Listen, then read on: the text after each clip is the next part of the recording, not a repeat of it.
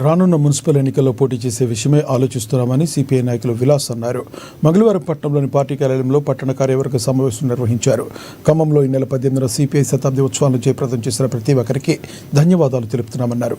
అలాగే ఆదిలాబాద్ మున్సిపల్ పరిధిలో పోటీ చేసే కొన్ని స్థావరాలను గుర్తించినట్టుగా తెలిపారు. అధికార కాంగ్రెస్ పార్టీతో ఉన్న మైత్రి కారణంగా పొత్తు ధర్మాన్ని పాటించి తమ పార్టీకి సీట్లు కేటాయిస్తుందన్న ఆశాభావాన్ని వారు వ్యక్తం చేశారు. ఈరోజు సిపిఐ పట్టణ కౌన్సిల్ సమావేశము కామ్రేడ్ తబ్రీజ్ జరుగుతుంది.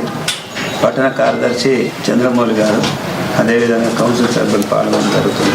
ముఖ్యంగా ఈరోజు శతాబ్ది ఉత్సవాలు విజయవంతం చేసినందుకు ప్రజలందరికీ ధన్యవాదాలు తెలుపుతున్నాం.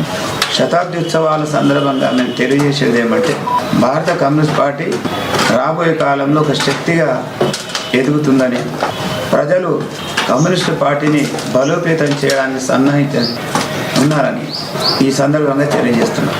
ముఖ్యంగా ఈరోజు మన ముందున్న సమస్య మున్సిపల్ ఎన్నికలు మన సమస్య.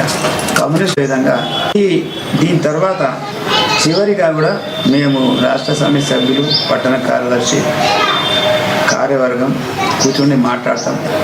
15 నుండి 20 స్థానాలు మేము ఐడెంటిఫై చేసినాము.